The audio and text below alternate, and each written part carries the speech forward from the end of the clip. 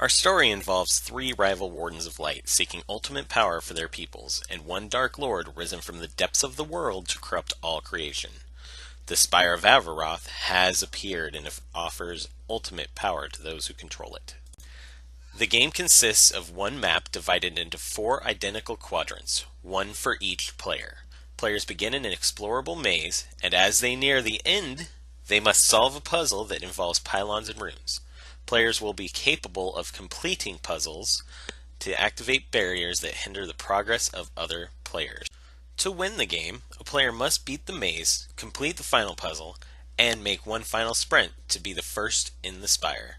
A player loses if another player gets to the spire first. This game will encourage players to think critically and quickly. Players will be forced to make decisions based on other players' progress in their own mazes. Players will have knowledge of opposing players' position. This will accommodate 4 players and can be played on PC with a controller. Mechanic number 1. Find. Players will wander their respective mazes at the beginning of the game. Their goal is to find the pylons that have puzzles in them. They also find skulls that can be used to either help themselves progress through the maze or hinder other players' progress. Players must find the magical parchment that holds the key to the order of the final puzzle. Mechanic number 2. Collect. Players solve puzzles within the maze via pylons. When a puzzle is solved, the player receives a runestone. Once they collect all the runestones from the pylons, they must insert them properly in a final puzzle at the spire gate to claim victory. Runestones are added to the player's inventory upon collection. Mechanic number 3. Toggle.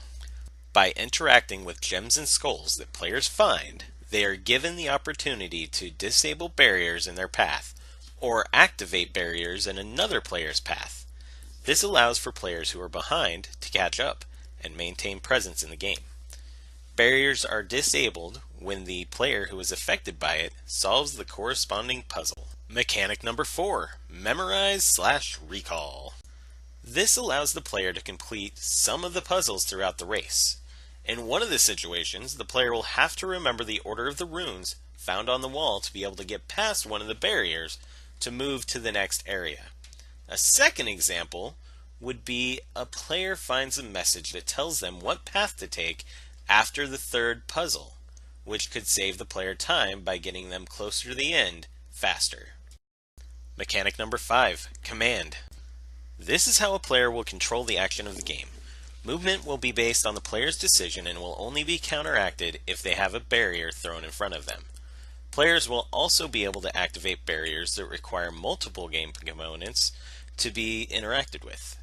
The player will have to complete a puzzle in order to activate the barriers. The mini-game puzzles will require player input, while the final puzzle will require players to memorize things they found in the maze and activate certain pylons. All of these will require the player to command the character on screen. A maze race is a simple game where you have to complete the maze before a computer-controlled opponent does. Our game is unique compared to this because players can hinder each other's progress.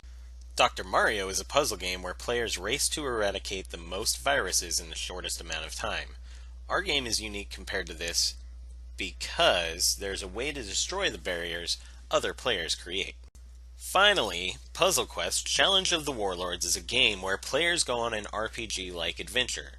Different elements of the game are played out with puzzles similar to Bejeweled. Our game is unique compared to this because ours is multiplayer. We all went through and thought about what the new mechanics meant our game would have to be turned into. We came together in daily meetings to find what we could do and narrowed it down to what we wanted to do that would be the most entertaining and offer the most value to our game. Unfortunately, the biggest thing that didn't work for us was panicking.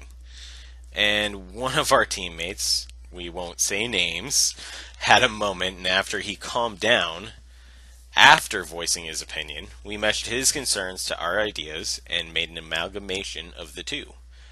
FYI, it was me. The original game design concept we had was a fun concept. This new design, while more entertaining than other designs we'd come up with, does not feel as fun. We think it could be a lot of fun for some players, but hardcore players will likely not enjoy this.